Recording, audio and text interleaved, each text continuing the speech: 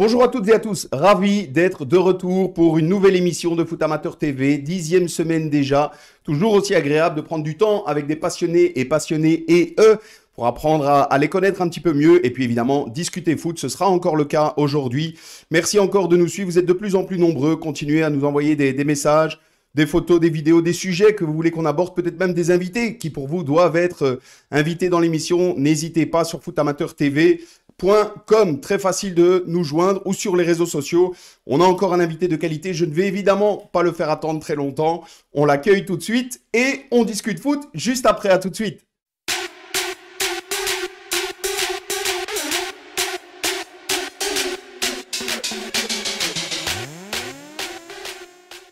Nous accueillons aujourd'hui Marco Casto. Ravi de t'accueillir. Bonjour Marco, comment vas-tu et est-ce que tu m'entends?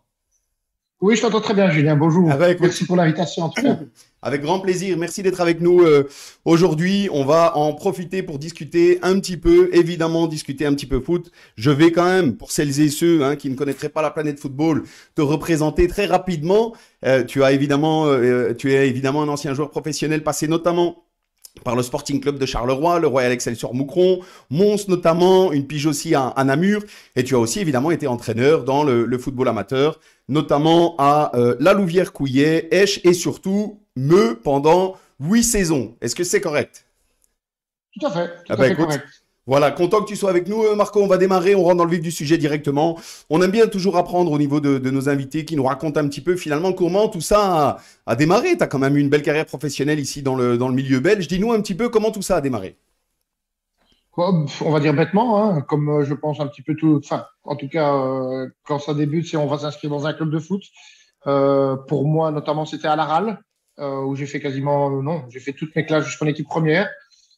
J'avais intégré le noyau de D3 à 16 ans, et puis de là, ça a suivi son cours. Charleroi intéressé, transféré à Charleroi, et puis ainsi de suite. Donc, et comme ça, la grande aventure a commencé. Et c'est peut-être la plus belle page une des plus belles pages, en tout cas de ma vie, ça c'est clair. Et raconte-nous un petit peu, on est obligé, quand on a des anciens pros, Marco, les premiers moments, les premières minutes en tant que joueur pro.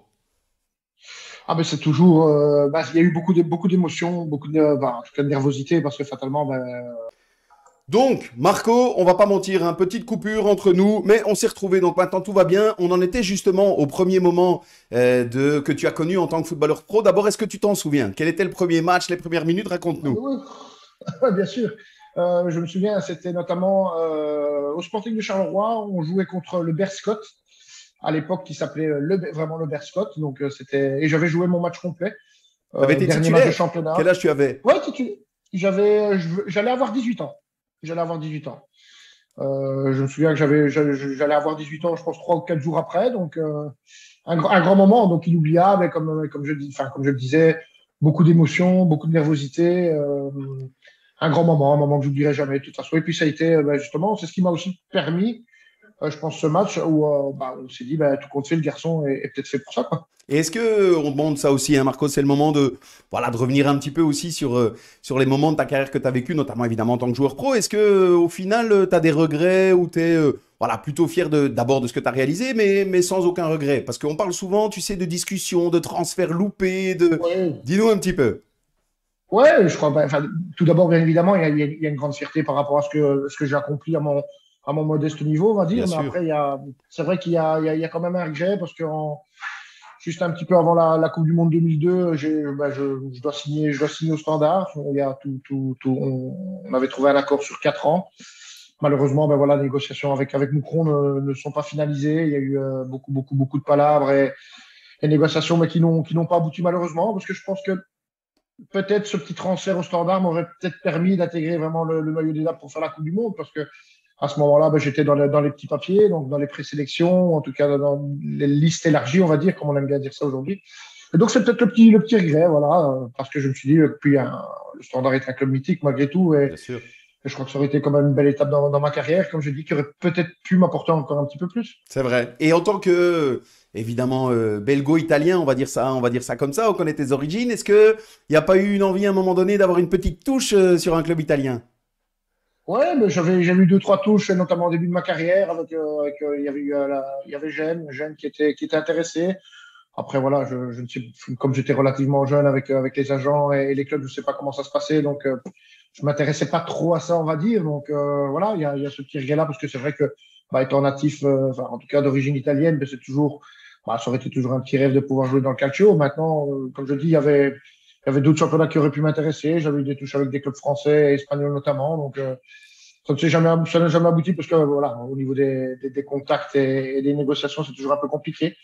Mais voilà, mais c'est vrai que le calcio, ça aurait été quand même une belle chose. Eh ben écoute, merci Marco pour ce petit retour justement sur une partie évidemment hein, de ta carrière. On embraye aussi, ça nous intéresse d'autant plus, tu t'en doutes, sur la partie foot amateur. Tu as embrayé directement dans une carrière d'entraîneur, là encore. Dis-nous un peu comment ça s'est passé et puis dis-nous un petit mot évidemment sur tes 8 saisons à Meux et évidemment le fait que tu aies décidé d'arrêter. On est obligé d'en parler un petit peu. Bien sûr. Pardon. Ben, ça a commencé bêtement, en fait. J'étais encore joueur à l'époque à Esch, en promotion, avec Roch Gérard qui était à la tête de cette équipe de Esch. Et puis j'avais été contacté par Couillet, qui était en D3, qui allait descendre de D3 en promotion. Et j'ai été contacté en cours de saison par Couillet. Moi, j'avais, je pense, 37 ans quasiment. Donc je me plaisais super bien à Esch. J'étais encore titulaire, donc il n'y avait aucune raison d'arrêter. Mais puis voilà, avec le recul, je me suis dit, pourquoi pas, 37 ans, laisser peut-être aussi justement maintenant la place à des petits jeunes qui sont là, qui mériteraient aussi de pouvoir évoluer à un certain niveau. Donc, j'en avais discuté avec Roch et les dirigeants de Esch à l'époque, et voilà comment on s'est quitté, et voilà comment j'ai commencé ma carrière d'entraîneur. Et voilà, on est de retour Marco, cette fois-ci on est bon et on va au bout. Hein. Cette fois-ci on essaie en tout cas. On revient justement sur ce qu'on évoquait ensemble, évidemment cette carrière d'entraîneur et puis ton passage à Meux marquant pendant 8 saisons et notamment le fait finalement ici récemment d'avoir, allez il y a un petit peu de temps quand même, mais d'avoir décidé d'arrêter. Dis-nous un petit peu. Ouais, ben voilà, oui, belle saison, des moments, de belles rencontres humainement, sportivement, et puis voilà, et puis il y a eu ce Covid qui nous est arrivé dessus, qui nous est tombé dessus. Et à partir de ce moment-là, décembre de l'année dernière, beaucoup de réflexions. Le temps passé avec ma famille, avec mes proches, d'avoir pu profiter entre guillemets, puisqu'il y avait plus de foot, donc il y a d'autres centres d'intérêt qui sont intervenus, et le fait de voir ma famille quasiment tous les jours. Et là, il y a eu une réflexion. Et puis on était resté sur une belle saison avec Meux, où on termine deuxième à 5 matchs de la fin avant l'arrêt du championnat. Donc, le devoir accompli, donc la conscience tranquille par rapport au travail accompli. Donc, et il y a eu cette réflexion de se dire, j'arrête et je laisse la place à quelqu'un d'autre. C'est ça. Et alors, là encore, hein, je suis obligé de l'évoquer aussi, on a vu passer dans les journaux que tu avais été sollicité. Qu'est-ce qui fait que pour l'instant, tu n'as pas envie de replonger? Est-ce que c'est temporaire? Qu'est-ce qui manque? Le feu sacré? Oui, tout à fait. Comme je l'ai dit, il y a vraiment ce feu-là qui n'est plus présent pour l'instant. Je t'avoue aujourd'hui, je peux le dire même en petit scoop, le seul truc qui aurait pu me faire replonger, c'était retrouver le niveau pro.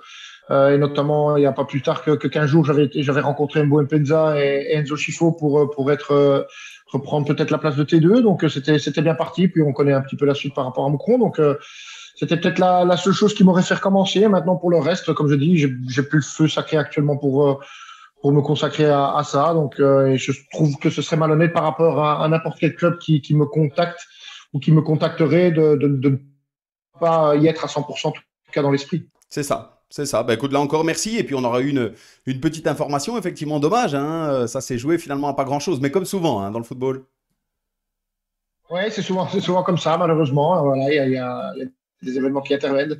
C'est pour ça que le football, je dirais beau. Ici, pas particulièrement. Mais voilà, on connaît pas tous les tenants, les aboutissants. Les paramètres sont toujours différents. Il y a plein de choses qui peuvent intervenir. Donc, dans mon cas de figure, il y a eu ce mauvais résultat dire contre Mendel avec Moucron. Donc, qui a fait capoter l'histoire. Maintenant, c'est peut-être partie remise. Écoute, voilà, c'est ce que j'allais dire. Ce n'est peut-être que partie remise. Hein, donc, voilà, il y a encore un petit peu de temps. Profite un petit peu et puis tu seras peut-être bientôt de retour. Justement, dans la notion de profiter, évidemment, tu as évoqué un petit peu les moments en famille, ce qu'on comprend tout à fait. Et puis, tu prends plaisir finalement dans un autre rôle, consultant notamment en radio, à parler foot. Dis-nous un petit peu comment tu te sens dans ce rôle-là maintenant.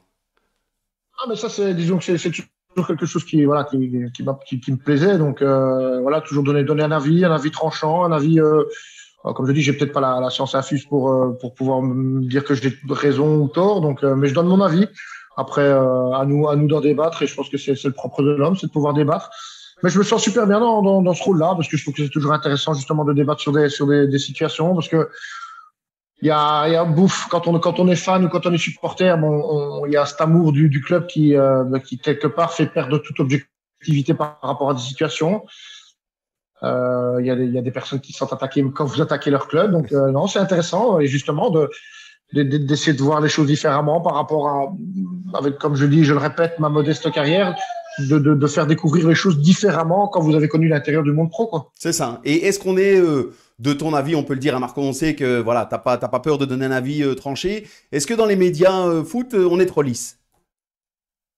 Oui, bah oui, moi je le dis depuis très, très, très longtemps. Je crois que malheureusement, il y a des choses qui ne se disent pas. Après, je peux comprendre parce que, allez, si on parle par exemple de la RTBF, quand on donne un avis par exemple sur les Diables, ben, on sait que voilà, c'est eux qui ont les droits TV pour retransmettre une grande compétition. Donc c'est toujours délicat de devoir égratigner un sélectionneur ou un joueur parce que derrière il y aura peut-être un petit boycott entre guillemets. Donc je peux le comprendre, je peux l'entendre. Mais maintenant, on peut dire les choses en étant diplomate et sans blesser. Comme je dis toujours, lorsqu'on donne un avis, que ce soit sur un entraîneur ou un joueur, c'est la fonction qu'on cible et pas l'homme, c'est la fonction.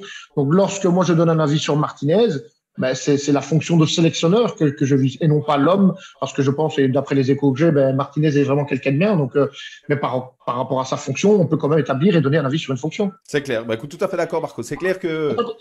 C'est pas parce qu'on est politicien qu'on est une mauvaise personne. Vous voyez ce que je veux dire? Exactement. Il y a l'homme et il y a la fonction. C'est un bon exemple parce que justement, nous on n'est pas très fans de politique, donc tant mieux. Et effectivement, tu as bien raison, Martinez. Sans discuter de l'homme, le moins qu'on puisse dire, c'est qu'il y a de quoi discuter en tant que sélectionneur. Mais on va s'arrêter là, Marco, parce que sinon, on est parti pour faire une demi-heure là-dessus. Effectivement. Ben voilà. Du coup, on enchaîne, Marco. On va tout doucement terminer cette première mi-temps. On termine toujours cette première mi-temps ensemble par un petit quiz. Le quiz est très simple, il s'appelle Tu es plutôt. Je te donne 2 propositions, c'est un quiz de rapidité, 15 questions, tu me réponds du tac au tac, sans joker évidemment. Marco, c'est pas toi qui vas demander un joker. Hein. Et après le quiz, tu peux revenir sur des choix que tu as dû poser si tu veux donner un petit mot d'explication. Ok? Ok. Allez, on est parti. Marco, tu es plutôt fan de corps ou fan de frappe? Frappe. But ou passe décisive? Passe décisive. La première ligue ou le calcio? Première ligue. Immobilier ou Lukaku? Lukaku. Enzo Scifo ou Dante Brogno? Oh, non. Dante. Allez, Juventus ou Inter Milan? Allez, Juventus. La Jupiler League ou les divisions amateurs? Division amateur. 4-4-2 ou 3-4-3? 4-4-2. Roberto Martinez ou Roberto Mancini? Roberto Mancini. Moucron ou Charleroi? Charleroi. Messi ou Ronaldo? Messi. Joueur ou entraîneur? Joueur. Ambiance buvette ou ambiance vestiaire? Ambiance buvette, mais il y a des ambiances vestiaires. Mais ambiance buvette. Ok, elle est passée. Moucron, bientôt relégué ou Charleroi, bientôt en Coupe d'Europe? Charleroi Coupe d'Europe. Ok. Au Qatar 2022, la Belgique ou l'Italie championne du monde? Allez, je vais dire la Belgique. Parce que tu sais qu'on l'aura pas. Hein. Non, parce que je sais qu'on ne l'a pas encore. Ah, voilà, c'est ça. Ok. Et la dernière, foot amateur ou foot pro? Foot amateur. Allez, merci Marco. Merci d'avoir joué le jeu. Tu peux revenir sur un des choix, une des questions, quelque chose auquel tu as dû répondre. Mais Lukaku, hein. Je crois que la comparaison avec Immobile et Lukaku, c'est Immobile est quelqu'un qui marque énormément dans le calcio, énormément. Donc là, pas de doute. Par contre, pas décisif en équipe nationale. C'est vrai. Voilà, aussi simple que ça. Donc Lukaku, qu'on aime ou qu'on n'aime pas. Moi, j'ai toujours dit c'est un joueur qui a énormément. C'est un joueur top mondial. peut-être pas à mes yeux le meilleur du monde, mais en tout cas, ben, c'est quelqu'un qui fait la différence quand il faut faire la différence. Donc voilà. Tout à fait d'accord. Et il le fait en équipe nationale et en club. Bah merci. Je partage ton avis, Marco. Merci en tout cas d'avoir joué le jeu. Un petit mot quand même, hein, on peut revenir là-dessus rapidement. Enzo Schifo ou Dante Brogno? J'ai été senti un petit peu, voilà, un petit peu Ben coincé. oui, ben oui, parce que de une, Enzo est quelqu'un de la lumière. Et puis, je veux dire, si sportivement, ben voilà, c'est un icône, c'était mon idole quand j'étais gamin. Donc voilà. Et puis qui plus est, ben, il y a des affinités familières qui sont là derrière aussi. Et puis Dante, c'est mon capitaine pendant 7 ans au Sporting de Charleroi où on a passé des moments extraordinaires et notamment des buvettes et des vestiaires. donc non, et Dante restera toujours aussi quelqu'un d'important dans ma carrière et en tout cas, mais même en dehors du foot parce que c'est quelqu'un d'extraordinaire. Ah bah écoute, merci là encore, hein, le message est passé, donc en espérant qu'il puisse le voir ce petit clin d'œil sympa. Donc merci Marco pour cette première mi-temps. On marque une toute petite pause et on se retrouve juste après pour la deuxième mi-temps.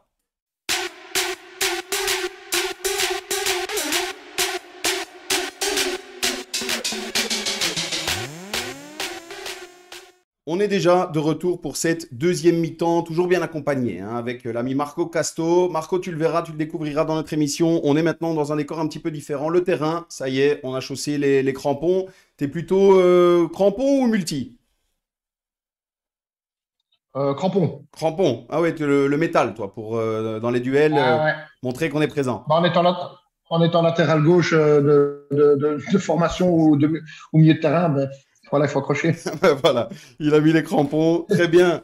On voulait aborder justement, Marco, quelques thèmes avec toi. Évidemment, on aurait pu en choisir beaucoup, hein. C'est toujours intéressant de discuter avec des personnes qui ont ton expérience aussi, mais que tu nous parles un petit peu de ton avis sur les différences qu'il y aurait ou qu'il y a entre les plus marquantes entre le foot pro et le foot amateur, ayant bien connu finalement les deux. Tu sais qu'on a parfois trop tendance à dévaloriser le milieu du football amateur. Nous, ici, l'intention évidemment de l'émission, c'est de faire le contraire. C'est d'essayer de valoriser ce milieu et de mettre en avant des choses positives. Dis-nous un petit peu pour toi, quelles sont les plus grandes différences et puis les points positifs quand même du milieu du football amateur. Bah, enfin, la plus grande différence, bien évidemment, bah, c'est l'encadrement. Hein. Je crois qu'il n'y a pas, Bien voilà, sûr. je crois qu'il y a pas besoin de faire une théorie de 20 minutes sur entre le pro et l'amateur. Donc, il y a ça. Non, il y a tout ce travail derrière, parce que quoi qu'on en dise, les gens pensent souvent que, bah, en tout cas, ils se réfèrent à ce qu'ils voient à la télé le week-end, et on réfère justement 90 minutes. Mais derrière tout ça, il faut savoir qu'il y a énormément de boulot. Je peux dire aux auditeurs et en tout cas aux téléspectateurs que faire une préparation d'avant-saison dans le milieu pro, c'est pas piquer des verres. Donc, je pense qu'il faut pas négliger non plus ça. C'est vrai. Après, moi, la différence aussi avec les amateurs, et où moi j'ai toujours dit chapeau à ce football amateur, c'est que faut pas oublier que tous les garçons qui jouent en amateur ont un job derrière.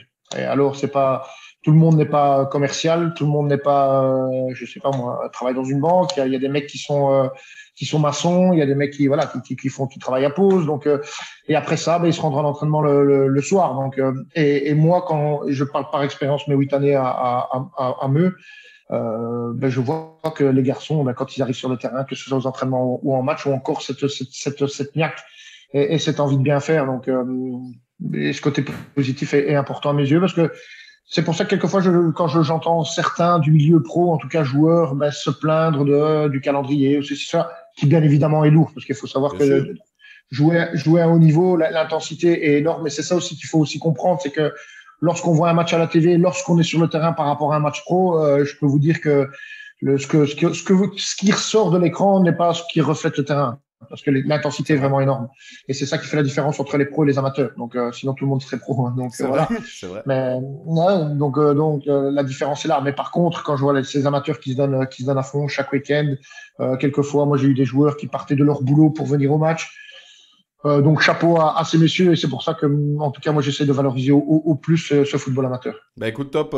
Merci Marco. Évidemment, on doit aussi faire un petit point rapide. Tu parlais de l'encadrement, bien sûr, il n'y a pas de discussion là-dessus. La notion d'encadrement, elle est évidemment incomparable. Mais peut-être aussi les infrastructures. Et on parle aussi beaucoup du soutien ou parfois du manque de soutien qui sont accordés à certains clubs amateurs. Moi, je l'ai vécu aussi. Beaucoup d'autres, d'ailleurs, ça sort quasiment toutes les semaines ou toutes les 2 semaines dans la presse. Il y a une histoire comme ça qui est liée aux infrastructures des clubs amateurs. Est-ce que, de ton point de vue, Marco, et pour avoir bien connu le milieu aussi, est-ce qu'il y a suffisamment de soutien? Que ce soit des politiciens, peu importe de qui on parle, est-ce que le foot amateur est suffisamment soutenu?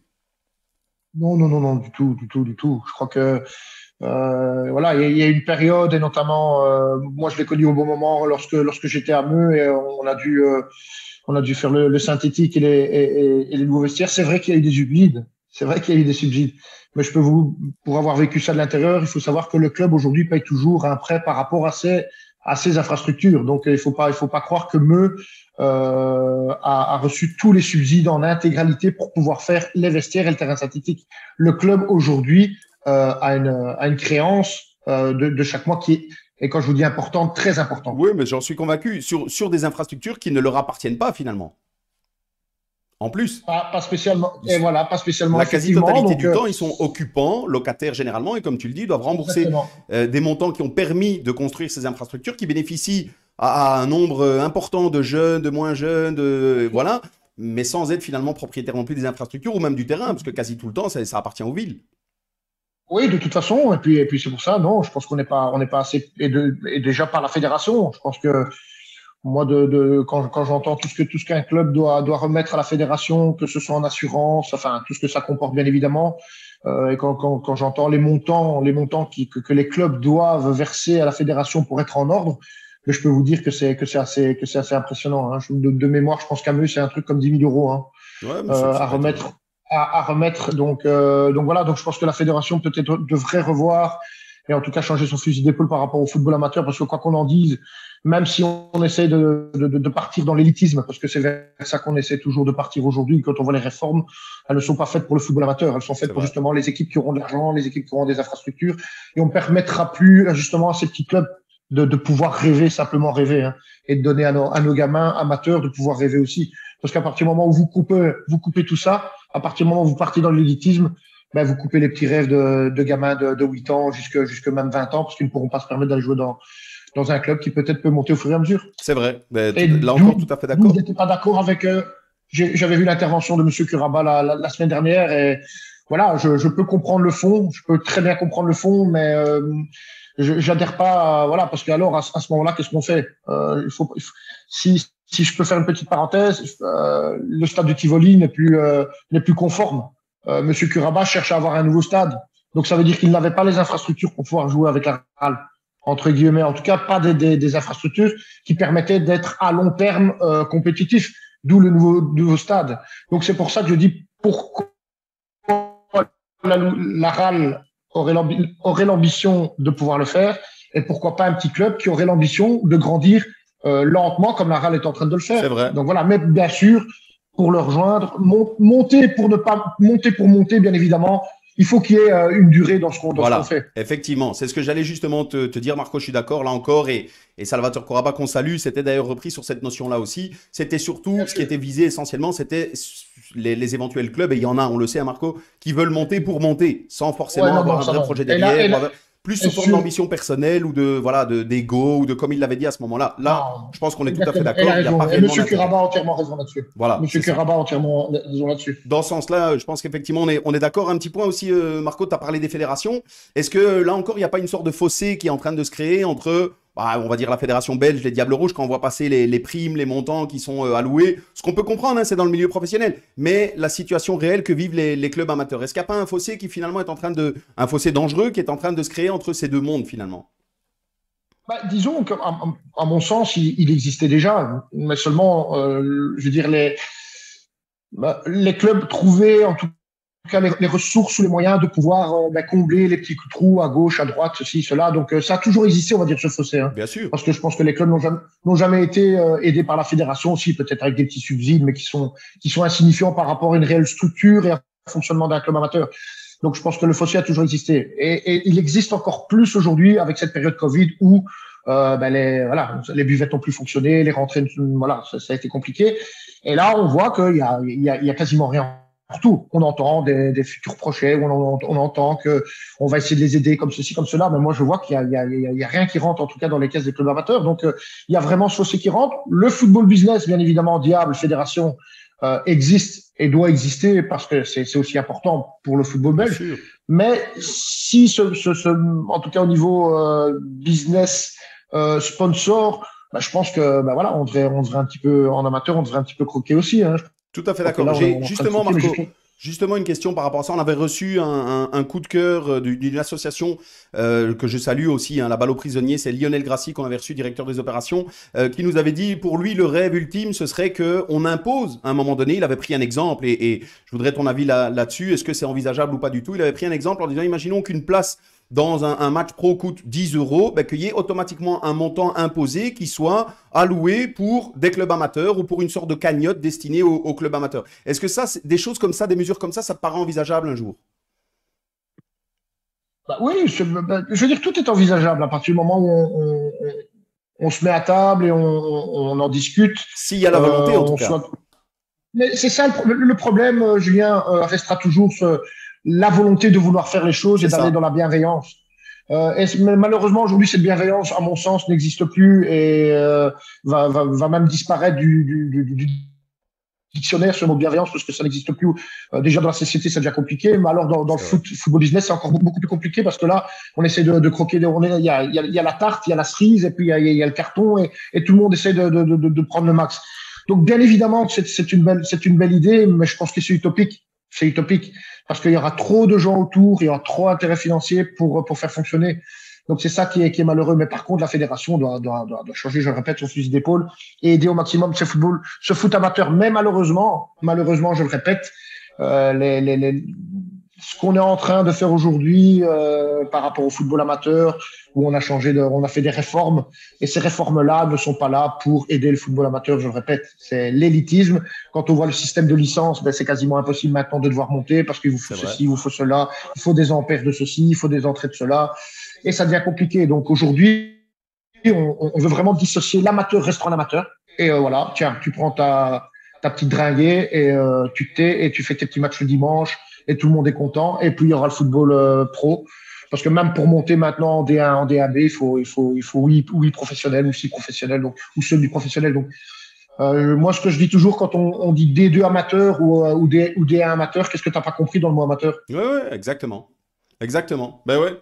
Là encore, Marco, tout à fait d'accord avec toi. Espérons qu'à un moment donné, on peut rester, même si je suis d'accord, il y a beaucoup de choses qui paraissent utopiques comme ça, mais espérons qu'à un moment donné, il y ait une forme de prise de conscience sur cette nécessité de soutenir beaucoup plus le milieu du football amateur, qui est finalement une école de vie pour tout le monde quasiment. Quand on voit le nombre d'enfants qui sont liés de près de loin au football amateur, ça me paraît être extrêmement nécessaire pour le quotidien, la communauté, la vie dans laquelle on évolue. Un petit point justement, Marco, sur ça. On est obligé de parler un petit peu aussi du niveau. Moi, je veux ton avis sur le niveau du football belge, que ce soit niveau pro, niveau foot amateur. Tu t'as connu de près les deux. Dis-nous un petit peu, est-ce que ça évolue dans le bon sens, hein, puisque certains pensent que ça y est, on y est, mais donne-nous ton avis. Je pense que non. Vas-y. Enfin, avec tout le respect que j'ai pour la Jupiler Pro League, je crois qu'aujourd'hui notre championnat est tiré par le bas. Quand on voit aujourd'hui, quand tu regardes ce matin, enfin en tout cas aujourd'hui le classement de notre championnat, où on a et je le répète avec tout le respect, le travail fourni par ces clubs-là, bien évidemment. Hein. Faut pas s'y méprendre. On a Eupen qui était aujourd'hui un peu moins, mais parce que on avait Eupen en tête du classement. On a l'Union en tête du classement. On a Malines qui est en tête, en tout cas dans le top 4. On ne voit plus ces équipes, à part Bruges actuellement, qui tient son rang. Le reste ne tient pas son rang. On a des équipes comme Gand qui disparaissent. On a une équipe comme Ostende qui disparaît. En tout cas, qui a du mal cette année-ci. Donc, on a un championnat qui est tiré par le bas. C'est pas normal qu'aujourd'hui, ces équipes-là, je veux dire, dominent le championnat quasiment à un tiers, ou voire quasiment un peu plus d'un tiers du championnat. Donc, c'est pas normal. Je le répète, on est tiré par le bas, donc fatalement, le niveau des joueurs est moins bon. Eupen a failli descendre l'année dernière. Malines, c'était très compliqué pour Malines la saison dernière. Donc, je le répète, on a l'Union qui est montée la saison dernière avec une équipe quasiment pareille. Donc voilà, il faut se poser les bonnes questions, non pas par rapport à l'Union, mais par rapport justement au travail, le fonctionnement de travail par rapport à des équipes comme Anderlecht, comme Gand, qui a été championne encore il y a 7-8 ans. Donc, c'est ça. Et comment tu vois, toi, l'évolution voilà. de notre cher football belge? Parce qu'on parle beaucoup de la fin de la génération des Diables Rouges et peut-être cette difficulté qu'on va vivre pendant encore de nombreuses années. Hein. On rappelle qu'avant cette génération, on avait quand même une équipe assez moyenne, sans manquer de respect à qui que ce soit. Mais cette belle génération, tout doucement, vieillit, c'est le moins qu'on puisse dire. Donc, on va commencer à en perdre au fur et à mesure. Comment toi, tu vois un peu ce futur? Bah, maintenant, c'est sûr que plus on va avancer, plus ce sera compliqué. On va avoir des cadors qui vont arrêter. Après, à mon avis, après le Qatar, certainement, il y en aura quelques-uns qui vont arrêter. Parce que voilà, l'âge étant là, il y a de plus en plus de jeunes dans les autres nations qui émergent et qui sont meilleurs de plus en plus. Donc ça va devenir compliqué. Moi, en tout cas, j'ai le sentiment que le futur sélectionneur aura du mal en tout cas, renouer avec tous ces beaux résultats de ces dernières années. Même si, je le répète, moi, je reste encore un petit peu sur ma faim par rapport à tous ces résultats. C'est bien beau et bien évidemment, ça a redoré le blason de notre équipe nationale. Mais par rapport à cette génération, c'est dommage. C'est vrai. Dommage. Donc, c'est comme tu dis, je trouve ça contre, joliment dit. C'est bien beau, mais il y a quand même un petit truc qui reste coincé. effectivement, Exactement. Un petit mot, Marco, je veux ton avis aussi. Tu as parlé rapidement du sélectionneur et maintenant du futur sélectionneur. Beaucoup disent que certains voulaient avant, mais on va pas faire le débat du sélectionneur maintenant. Mais après Qatar 2022, beaucoup se disent que ça y est, Roberto Martinez ne sera plus sélectionneur des Diables Rouges. Est-ce que toi, il y a un nom ou plusieurs noms que tu verrais bien sélectionneur de l'équipe nationale belge? moi, je verrais bien Clément. Hein. Je pense qu'on a un garçon qui a des titres. Qui fait ses preuves maintenant, je veux dire, chaque année sur la scène européenne et notamment Champions où bouge presque plus que bien et où ils mettent en difficulté des équipes comme le PSG, enfin comme aujourd'hui du PSG, de Manchester City, de Leipzig qui est quand même une équipe maintenant qui a une valeur sûre du championnat européen, en tout cas de la Champions League, vu que l'année dernière ils sont sortis par le PSG en quart si je ne m'abuse. Donc voilà, il arrive à mettre en difficulté ses équipes, mais ça ne date pas d'aujourd'hui, ça date de quelques années. Champion avec Genk, champion avec Bruges, parfait bilingue, et une approche football qui est belle, où il sait tactiquement, il sait apprendre son jeu, et voilà. Donc je crois que Clément serait une bonne chose. Il faut savoir que Clément a signé un CDI à Bruges. Hein.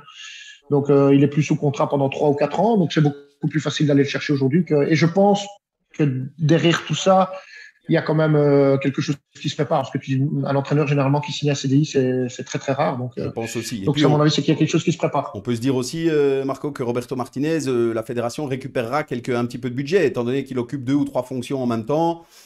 Voilà, ça devrait récupérer suffisamment pour aller débaucher un Philippe Clément, par exemple. Je crois que des 3 millions, quasiment des 3 millions que Martinez a, tu peux prendre 2 entraîneurs. Hein. Voilà, tu vois, il y aura même un duo, 2 pour le prix d'un. Donc on sera bien. Écoute, merci Marco. Là encore, on va déjà, je t'avais dit que ça allait vite, hein, mais on va déjà clôturer cette deuxième mi-temps. On a encore quelques petites choses à voir en troisième mi-temps. On marque une toute petite pause et on se retrouve juste après pour la troisième mi-temps.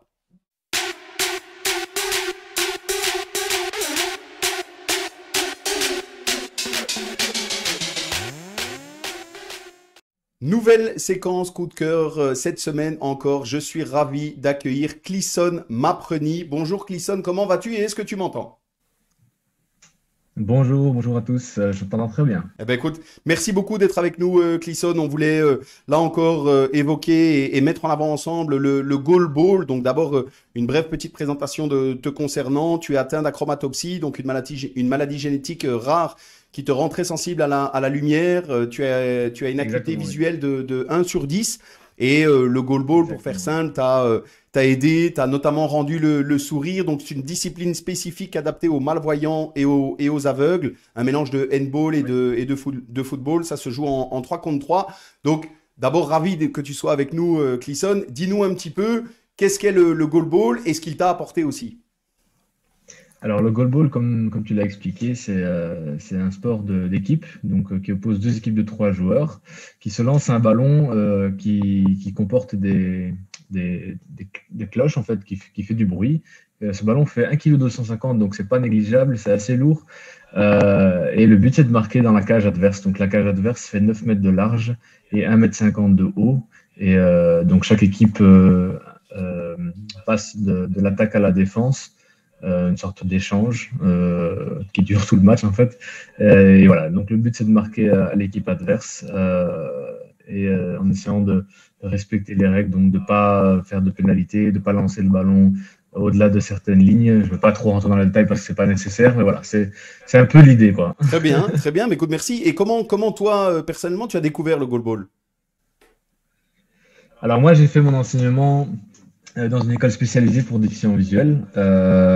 Et à l'époque, dans cette école, on pratiquait une petite variante qui s'appelle le torball. Donc, ça ressemble un petit peu au goalball, mais un peu plus léger. C'est beaucoup plus préconisé pour les enfants, par exemple, puisque le ballon est beaucoup plus petit et plus léger. Le terrain est plus petit aussi, avec des dimensions réduites. Et donc, comme ça me plaisait beaucoup, comme le championnat scolaire me plaisait beaucoup à l'époque, j'ai décidé de chercher un club sur Bruxelles, quoi. D'accord. Bah écoute, et finalement, l'histoire est belle. Tu fais partie maintenant de la sélection nationale du goalball qui s'appelle les Belgian Bulls. C'est bien ça? Exactement. Voilà. Exactement. Et vous avez bientôt notamment belge, on a trouvé un prénom. Ah ben voilà, exactement. Et vous avez joué notamment les Jeux paralympiques et vous vous apprêtez bientôt à aller en Turquie pour jouer les championnats d'Europe. Alors exactement, on a fait les Jeux et là, demain, pour être exact, je pars pour la Turquie, on part tous. C'est un petit peu tôt pour être tout à fait honnête parce que les Jeux, c'est quand même une sacrée pression et il faut laisser un peu retomber ça, mais voilà, il faut bien le faire et on y va de bon cœur. C'est ça. Et est-ce qu'il y a des ambitions pour vous? D'abord, dis-nous un petit peu les résultats que vous avez obtenus, parce que finalement, la sélection nationale belge de goalball se porte plutôt bien. Alors oui, les 5 dernières années, ça a été assez exceptionnel, sûrement les meilleurs de l'histoire de la sélection, avec 2 médailles très importantes, une au championnat d'Europe, qui est le continent le plus compétitif, et une au championnat du monde, où là c'est vraiment le gratin du gratin, c'est encore plus relevé que les Jeux, parce que voilà, là c'est vraiment tout le monde est là, quoi.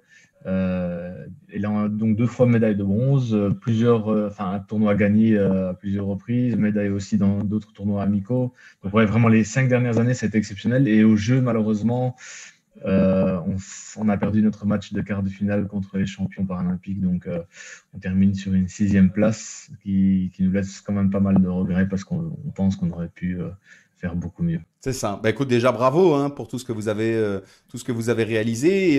Et dis-nous un petit peu comment le goalball est perçu ici en Belgique, parce que nous, le but, c'est évidemment de mettre ça un petit peu en avant. Il est relativement peu médiatisé comme beaucoup d'autres sports et beaucoup d'autres structures. Donc, c'est le but d'en parler aussi. Et il y a notamment des joueurs de goalball dans le monde qui sont professionnels d'ailleurs. Exactement. Alors, moi, j'ai la chance cette année, pour la première année, d'être aussi rémunéré pour pratiquer le goalball, donc via un contrat ADEPS, comme comme beaucoup de sportifs de haut niveau en Belgique. Mais malheureusement, pour l'instant, je suis le seul. Alors, les autres joueurs de l'équipe peuvent aussi faire la demande. Ça passe via une demande. Mais voilà, c'est encore trop peu comparé au reste du monde. Quand je compare le Brésil, les États-Unis, la Lituanie, tous ces pays-là sont professionnels. Donc voilà, c'est pas la seule raison pour laquelle ils performent, parce que je pars du principe que même si vous n'êtes pas professionnel, il y a toujours quelque chose à faire quand vous êtes pas, surtout quand vous êtes passionné, pour arriver au haut niveau. Mais voilà, ça aiderait quand même le goalball à se développer en Belgique, le fait que les joueurs soient pros. Et alors, comment il est perçu en règle générale? C'est assez, faut être honnête, c'est assez mineur comme sport.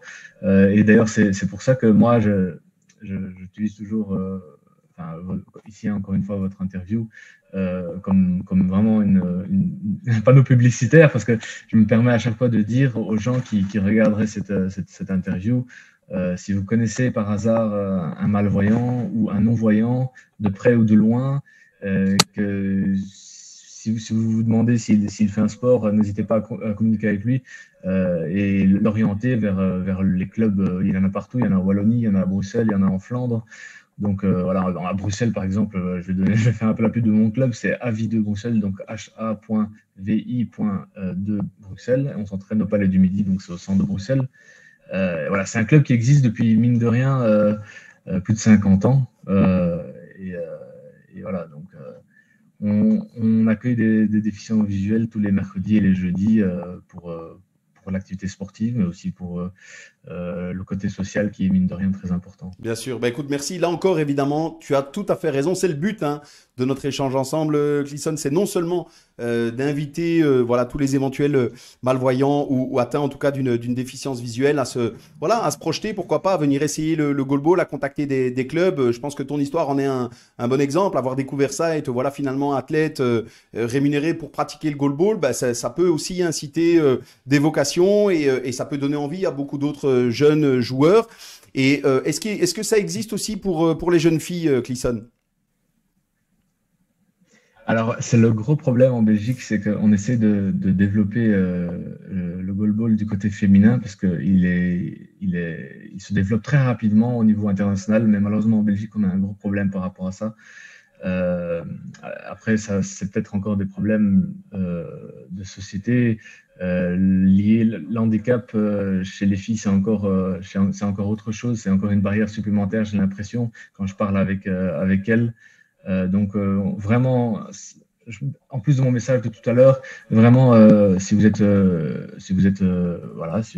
jeune femme ou même plus âgée, c'est pas grave. Dans notre club, il y a vraiment tous les âges. Ça va de 18 à 75 ans, donc on fait vraiment de tout.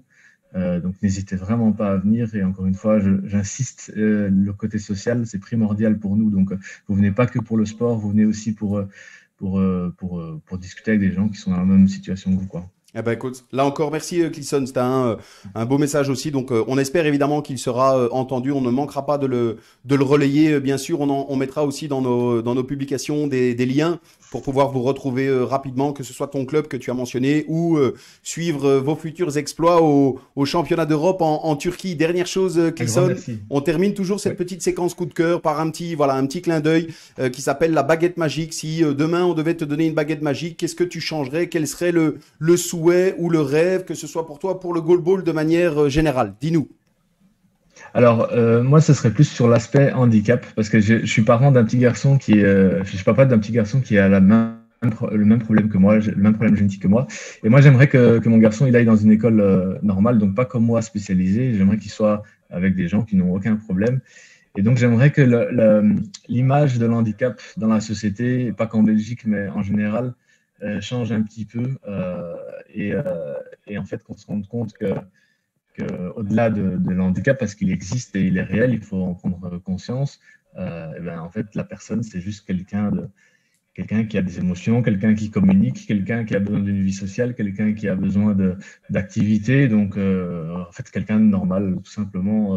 Et j'aimerais que les gens aient plus souvent ce raisonnement-là, quoi. Bah écoute, merci Clisson, je partage complètement. Moi, je me fais fort de défendre la notion d'inclusion sous toutes ses formes, donc dans la société, dans le sport en particulier, qui peut aider à ça aussi. Donc voilà, bravo à toi évidemment pour ce que tu réalises au quotidien.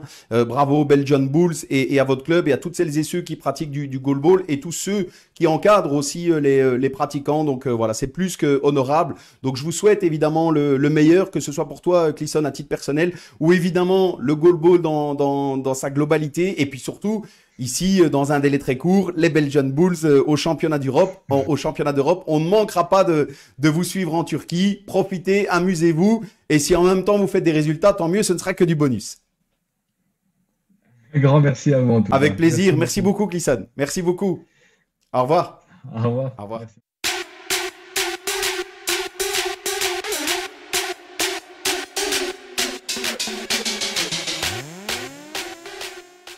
On est déjà de retour pour cette troisième mi-temps, toujours avec Marco Casto. Marco, décor un peu différent, ici un peu plus détente, même si c'était déjà le cas. On est dans la buvette, donc maintenant on est tranquille entre nous. Il nous manque juste un petit verre parce qu'on peut se le dire entre nous. On est encore un peu tôt le matin, donc tout doucement, le moment de l'apéro arrivera, mais on est un peu tôt.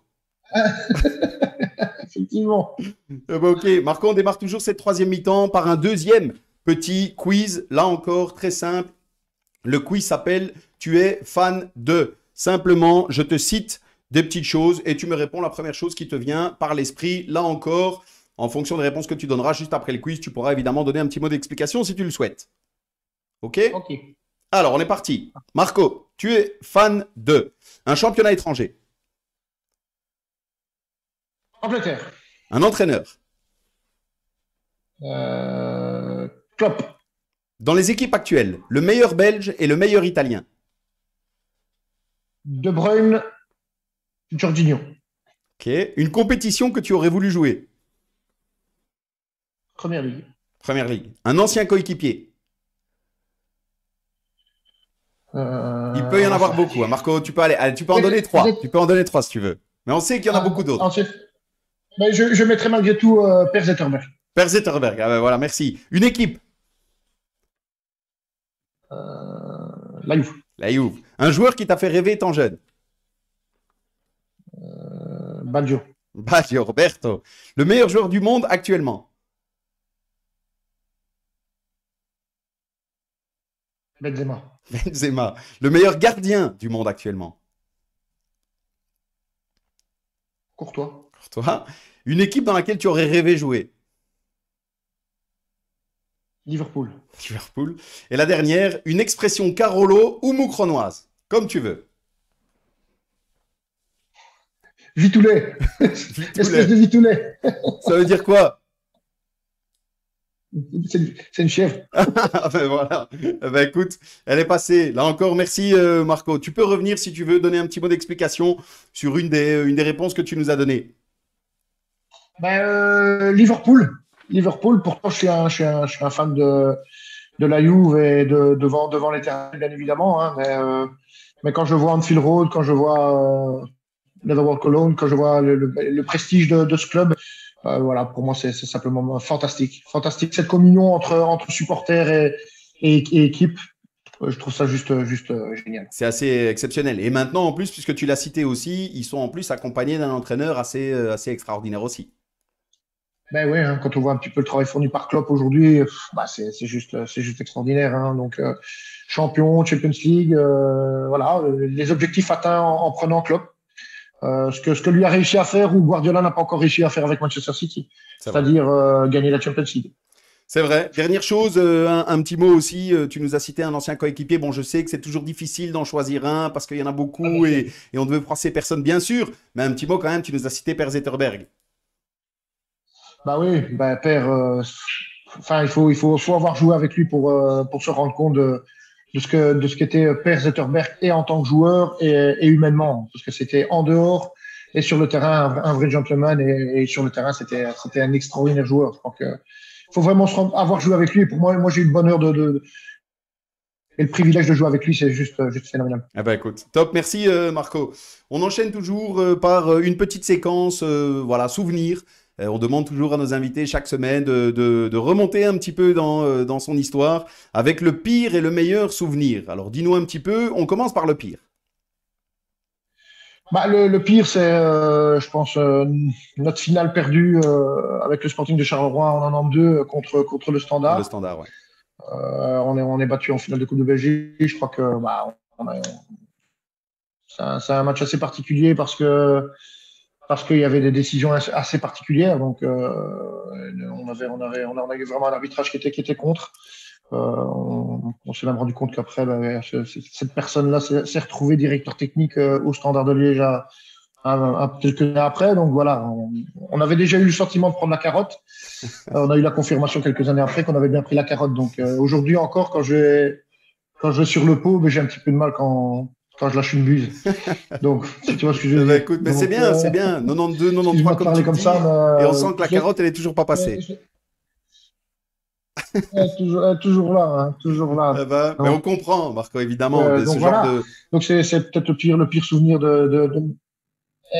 et le plus beau, c'est peut-être justement cette finale, d'avoir participé justement à cette finale parce qu'on n'était pas attendu. On avait eu un triptyque où on sort, sur cette période-là, on sort quasiment tous des clubs de D1 et la dernière marche, c'était Anderlecht en demi-finale où on va gagner Anderlecht et on gagne chez nous, on les sort. Donc voilà le plus beau souvenir. C'est ça. Après, bien évidemment, il y a eu des matchs de Coupe d'Europe où voilà, ça restera mémorable. Mais disons que c'est. Pardon? Non, je disais la finale et puis évidemment le parcours qui va avec. Parce que la finale, comme tu l'as dit, c'est fantastique de la jouer. Mais tout le parcours qui vous a amené jusque-là, ça aussi, ça reste mémorable.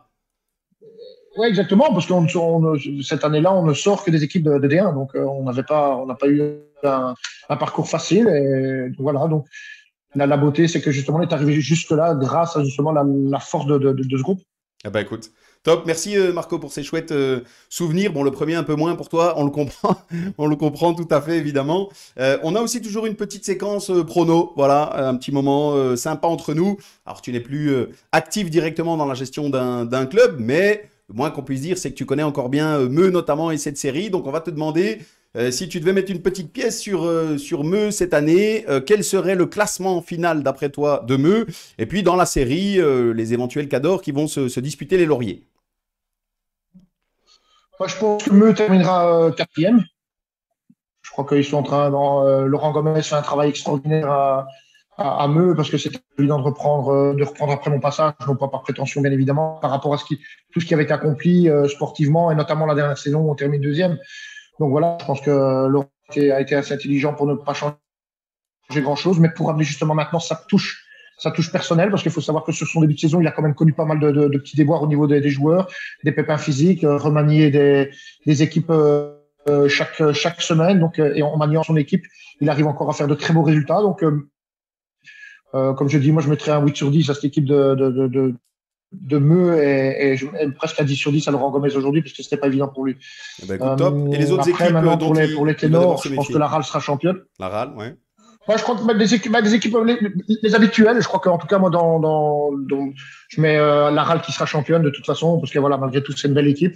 Moins dominatrice, je dirais, que la saison précédente, où là, c'était vraiment dominateur de chez dominateur, ce qui n'est pas forcément le cas aujourd'hui. Je pense que les chiffres et les résultats le prouvent aussi, mais en tout cas, c'est pour moi la meilleure équipe actuellement. On a des équipes comme Amoir, comme Rebec, Solière qui seront là. Cubis Braine, toujours un gros point d'interrogation, mais en tout cas, ces équipes-là seront dans le top 3. Eh ben écoute, là encore merci, on a ton prono Marco, comme je le dis toujours en plaisantant, on le ressortira en fin de saison, hein, donc tu auras droit à une petite bouteille de champagne si tu as visé juste. J'espère. Ok, Marco, qu'est-ce qu'on peut te souhaiter pour le futur? On a évoqué un peu ensemble ce rôle de consultant que tu occupes pour l'instant, le fait que pour l'instant, effectivement, il y avait plus trop le feu sacré, mais on ne sait jamais si, en fonction d'une éventuelle proposition future, ça pourrait revenir. Dis-nous un petit peu, qu'est-ce qu'on peut te souhaiter dans le futur? Oui, peut-être que de retrouver un petit peu le feu sacré, celui qui s'est éteint un petit peu, peut-être ça, mais c'est pas dramatique non plus. Je pense que c'est pas définitif non plus. Hein. Je pense qu'il y avait un moment de vouloir couper, de souffler, donc ça s'arrête simplement là. Pour le moment, c'est comme ça. Maintenant, pour le reste, ouais, peut-être retrouver un beau projet comme celui de Meux et apporter ma petite expérience d'entraîneur à Meux et de ce que j'ai pu apporter. Et voilà, simplement ça. On peut peut-être me retrouver. Mais ça, je sais que ça va être compliqué parce que après Meux, comme je l'ai toujours dit, compliqué de retrouver quelque chose. Évidemment, attention hein, Marco, parce que là, tu lances des messages subliminaux, donc pour le même prix, ton téléphone, après l'émission, va recommencer à sonner. Hein. Pour ceux qui me connaissent, ils savent très bien que je me suis jamais prostitué pour aller entraîner n'importe où. Je reçois aujourd'hui des coups de fil et par respect, bien évidemment, je tairai les noms. Et il y a des clubs de tâches supérieures comme inférieures. Mais comme je dis, quand je suis sur une position, je suis pas du genre à me rétracter par plaisir ou pour monnaie. Je peux vous dire simplement, voilà, ne fût-ce que mon contact avec Namur, où j'ai eu un très bon contact avec le président. Voilà, le président voulait absolument que j'y aille, mais comme j'ai dit, je n'avais plus le feu sacré et j'ai fait aucune surenchère, aucune. Donc pour moi, dans mon esprit, c'était non. Et comme je l'ai dit en début d'émission, honnêtement, je ne pouvais pas me permettre de le faire. Ça aurait été malhonnête par rapport à un autre club. C'est ça. Bah écoute, c'est bien. Encore une fois, c'est tout à ton honneur de présenter ça comme ça et puis d'expliquer finalement la réalité des échanges en coulisses, hein, qu'on ne sait parfois, qu'on ne connaît parfois pas toujours. Là encore, on va tout doucement déjà arriver hein, vers cette fin d'émission ensemble, Marco. On demande aussi toujours à notre invité d'adresser un petit message, de profiter un peu de ce moment-ci. Si tu devais adresser un message, on a évoqué ensemble évidemment ton parcours, on a aussi évoqué un petit peu le Covid, les difficultés qu'ont vécues notamment les clubs amateurs avec toute cette période qu'on vient de vivre, qui, on l'espère, est derrière nous. C'est pas encore garanti, mais on l'espère. Il y a encore des complications évidentes. Si tu devais adresser un message à plusieurs personnes, tu peux choisir. Dis-nous un petit peu, qu'est-ce que ce serait? Ce serait mon club de cœur, bien évidemment, mon club de Meux, de leur dire justement de continuer dans cette voie-là, parce que c'est un club qui grandit, c'est un club qui grandit à son rythme, avec de belles personnes, que ce soit Monsieur Deschamps, que ce soit Philippe Dubail, et je passe bien évidemment tous les bénévoles qui travaillent dans ce club depuis de nombreuses années, mais je crois que c'est un club qui est vraiment à prendre en exemple, vraiment, parce que c'est un club qui est géré en bon père de famille, et rien que pour ça, j'ai envie de dire justement à Monsieur Deschamps et à Monsieur Dubail de continuer dans cette voie-là, de rien lâcher, parce que il y aura encore des moments difficiles par rapport à ce football amateur où, je le répète, le football amateur n'est pas aidé, où il faut trouver des ressources, comme on peut le faire. Donc, de leur dire continuez comme ça parce que vous êtes des grands monsieur.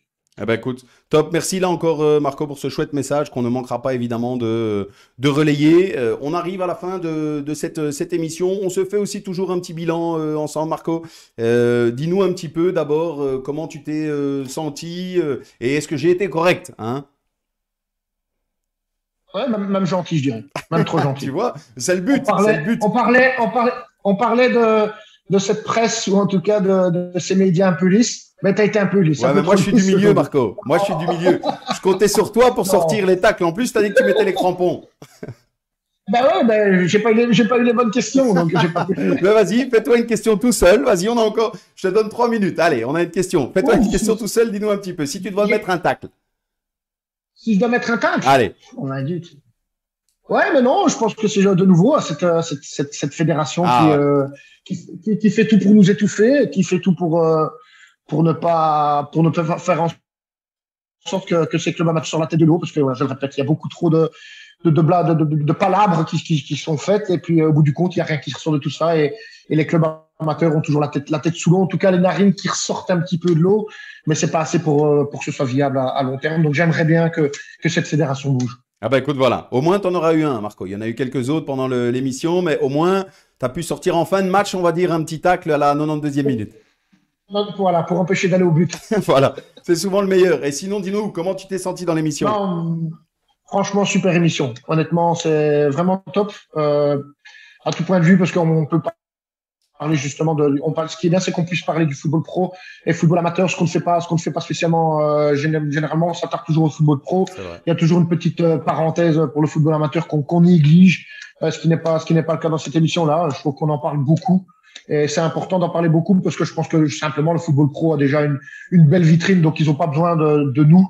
Et je pense que justement, les clubs ont besoin d'émissions comme la tienne, ou en tout cas amateurs, une émission comme la tienne, où on peut se sentir vivant et en tout cas entendu. Et j'espère qu'elle sera entendue. Eh ben écoute, merci Marco. Évidemment, je me joins à cette analyse que tu fais de l'émission. Le principe est simple. Moi, pour avoir aussi vécu dans le milieu, j'en suis un ardent défenseur et je pense que je le resterai. On médiatise suffisamment largement les professionnels, parfois même bien trop, par rapport à ce que le football amateur peut apporter à toute une communauté. Donc nous, on se fait fort de défendre le football amateur, peu importe la région, peu importe le niveau, peu importe qui on est ou la fonction qu'on occupe, parce que tous les rôles sont importants. Et comme je l'ai déjà dit, on a trop souvent tendance à dévaloriser les rôles qui sont dans le milieu du football amateur, essentiels pour le bon fonctionnement d'un club de football. Donc nous, on se fait fort de mettre toute cette communauté-là en avant et on prend plaisir à le faire. Vas-y Marco. Et puis il faut pas oublier une chose, c'est que tu partes de P4 ou que tu partes jusqu'en Champions League, il faut savoir que tous ces garçons-là, en tout cas, ont tous la même passion. Exactement. Et tous le même investissement, que ce soit au niveau P4, il y a un investissement de P4, bien évidemment, qui comporte beaucoup de sacrifices aussi, et bien évidemment pour les pros. Mais il faut pas oublier, et ce qui regroupe tout ça, c'est que tous ces garçons-là, toutes ces personnes-là ont la même passion, c'est de jouer au foot et de devoir faire des choses. Exactement. Ben, je trouve que tu termines sur la plus belle des notes, Marco, parce que c'est comme je le dis toujours, la passion, évidemment, ça c'est quelque chose qu'on a tous, peu importe la manière dont on la vit, mais en tout cas, on partage cette passion. Donc, moi, je te remercie. On a passé un très bon moment. C'était très agréable d'échanger avec toi. Une nouvelle personnalité qui nous a partagé un petit peu de son histoire. Donc, c'est toujours agréable ce genre de moment. Donc, moi, je profite aussi de ce genre de moment avec mes interlocuteurs. Donc, merci à toi pour ta disponibilité. Et puis, évidemment, je te souhaite le meilleur, que ce soit en tant que consultant pour l'instant en radio, peut-être plus tard en télé, qui sait, ou à un moment donné, si le feu sacré revient, je t'enverrai un petit briquet pour aider un petit peu. Merci beaucoup. Avec grand plaisir. Merci à toi, Marco, et le meilleur pour la suite. Merci beaucoup. Merci beaucoup. Ciao à tous. Merci beaucoup. Ciao. Ciao.